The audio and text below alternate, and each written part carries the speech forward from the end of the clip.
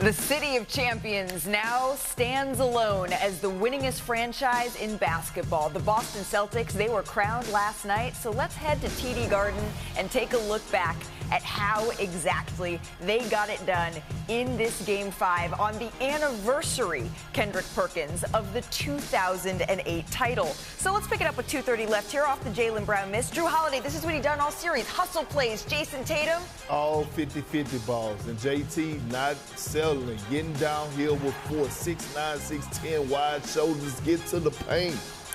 But it's not just how you start, it's how you finish quarters. Cookies. In essentially a minute. Cookies. The Celtics went on a 9-0 run to close the first quarter, Shanae. Yeah, they played with force. It's not just on offense, on defense. This was a two-way complete game by the Boston Celtics. Turnovers really hurt the Dallas Mavericks, but Jayson Tatum taking no prisoners.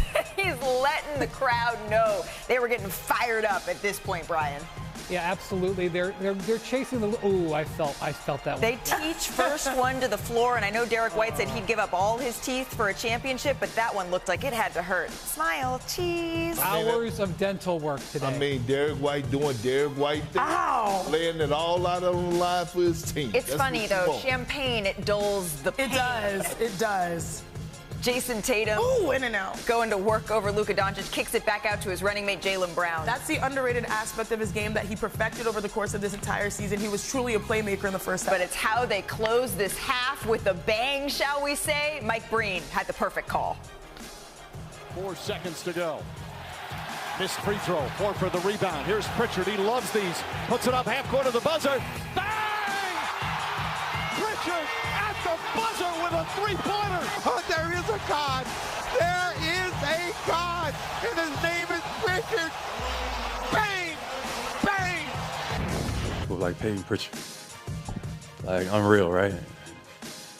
Unreal. Like, just comes in the game, ain't been in the game, and just drains one from half court. And that dude's he's a legend, man. We saw it in Game 2. We saw it again in Game 5. So to the fourth quarter we go here. Jaylen Brown dishes it out to Kristaps Porzingis, who is back in action, who slams it down there. Playing the dunker spot, JB doing a great job of attacking and feeding the big fella when he draws two. Tatum drives, finishes here. The Boston Celtics crowd starting to feel it. Jayson Tatum beginning to celebrate with his teammates. Porzingis, he would leave to a standing ovation. JT saying, let me know what you got. This was really cool, though. Kyrie Irving congratulating every member of the Boston Celtics. Deuce and Tatum celebrating. Al Horford finally gets his ring, and Jaylen Brown, the finals MVP. Let's take a listen to Joe Mazzulla and the Boston Celtics. It was a joy watching the guys just grow as a team throughout the year, but also like really work at it. You know, like there's a group of guys in that locker room that decided they wanted to win on day one, and they worked at it every single day. And so credit to them. All of those moments where we came up short, we felt like we let the city down, we felt like we let ourselves down. All of that compiled is how we get to this moment. So, you know, and it makes it feel even that much better. That we had to go through all the journey, the heartbreak, the embarrassment, the loss to get to this, to get to the mountaintop. These last 7 years have been a roller coaster, up and down. I had to listen to all the people said about me, and tonight it was worth it. Oh my God. I mean, for 16 years, 7 of them with Jayson Tatum, with Jaylen Brown, the Celtics searched for that next title that would put them alone on the mountaintop with banner number 18. But Perk, since you won one of those 18 titles with them, I'm going to turn to you. In the words of Jayson Tatum, what are they going to say now that they've won? Well, it's all positive things. You talked about City of Champions, but I'm going to go a little further and talk about the organization that build winners, right? The organization of winners. Just think about this for a second. You look at Joe Mazzulla taking over it at 35 years old, doing it his way, trusting his system, getting the guys to buy in. Now one of the youngest head coaches to win the NBA championship, I think, since Bill Russell, right? Look at the everything coming into full circle. That's what we call it. Right. So then you think about Charles Lee, right? Getting a job over there at the Charlotte Hornets. You want success, you come to the organization of the Boston Celtics. Kristaps Porzingis, his team, they were trash last year with the Washington Wizards, a trash organization. You looking at all these guys come over and they're having this success right now. But this is one of, I think you got to put it in the top 5 category when you talk about NBA championships in Boston Celtics history. This is one of the top 5. This team had so many bumps along the way, and I think in the current NBA, where you see so much add instant ingredients and expect the recipe to just work, the Boston Celtics in many ways were the antithesis of that. They let this bake. They gave it some time. And Jayson Tatum told me at All-Star that he thought this team was better than the team they had in 2022. But why was it this team, Brian, that was able to get there and win this? So I thought the way this game played out, which was not a competitive game, but the way the game played out, if you looked at it, was sort of a celebration of what the Celtics had to go through to get to this point. You saw Jayson and Jaylen working together. You saw Tatum driving to the basket when his outside shot wasn't working. You saw when they struggled early in the game, they played tight. We've seen them play tight. Well, who rescued them in the first few minutes of the game? Drew Holiday. You saw Al Horford, who came back and was a leader on this team because Porzingis had been banged up. You saw Porzingis come in off the bench, which was really a defining part of this series.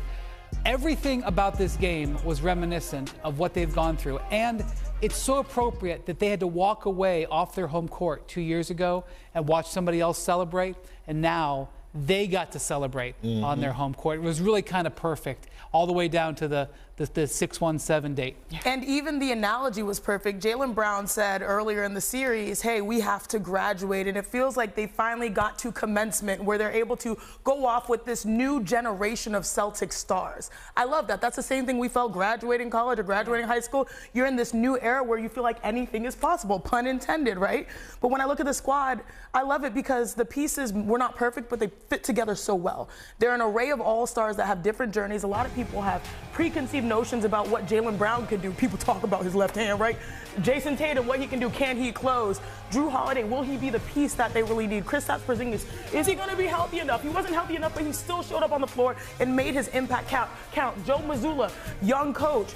Will this work? Will the vision of the analytics really come to fruition? But instead, when it mattered most, they just played harder. And I love that because you saw how they lost themselves in the team. Don't you say that all the time? Yeah, they did. In that final commencement moment, they lost themselves in the team, and it was a beautiful moment for basketball. But because this is a medley, a mosaic, an ensemble type of team, there was only really one question, right, when we were getting down to it at the end of the game as halftime hit, who was going to win Finals MVP? Here's how the voting broke down last night. 7 votes went to Jaylen Brown. 4 votes, including my own, went to Jayson Tatum. Take a listen to both Celtics stars after Brown took home the award. It could have gone to anybody. It could have gone to Jayson. Jayson, I can't talk enough about his selflessness. I can't talk enough about his attitude and his just how he approached not just this series or the finals, but just the playoffs in general. And we did it together as a team, and that was the most important thing. We didn't care who got Finals MVP. I know that I need him through this journey, and he needs me. It was great to see him have that moment and share that moment with him. I'm extremely happy for him, well deserved. That was big time. He earned that. All right, Shanae, I'm not going to lie to you. I went back and forth down to the wire because Brown's defense on Luka was something that I thought a lot about in this one, but something I kept circling back to was Tatum leading his team in points, rebounds, assists in the finals, and then 31, 8, and 11 to close out that performance. So did the voters, and I'm including myself in this, get it right? Look, I'm being transparent. Over the course of me being an NBA analyst, it's been hard for me to pick sides, right? So my inclination is to be like, split the trophy in half, give one to each guy. But I am cool with this result because what separated me with Jaylen Brown winning Finals MVP is he made his impact when it mattered the most. Literally, I go back to Game 3 where the score was 198. Give me the ball, move out of the way, let me score. I know it's not fair to put into context the other, games we've seen in the series, but that clutch 3 versus the Pacers in game one, I think, imprinted on our minds. But most importantly, it was a sound we heard when he was mic'd up saying, hey, if Luka's in, I'm in. I want that assignment. In game one, we saw him picking up full court Luka Doncic, slowing him down, tiring him out, and that is what changed the course of the series. You look at Luka's numbers, he led the postseason in points, in rebounds, in assists. It was not easy in the finals. It was truly disrupted. It wasn't allowing the hottest team in basketball to really get off, and that was Jaylen Brown's large doing, and that's why I'm cool with it. Jaylen Brown woke us up and reminded us what two-way players all about. Throughout this entire postseason, one could argue that he was the best defensive player in this postseason. I know he got two others on the side of him, in Drew Holiday and Derek White, but what he did to Luka in the finals, right? Luka shot, 11 for 25 against him when he was the primary defender. On top of that, he has joined elite company.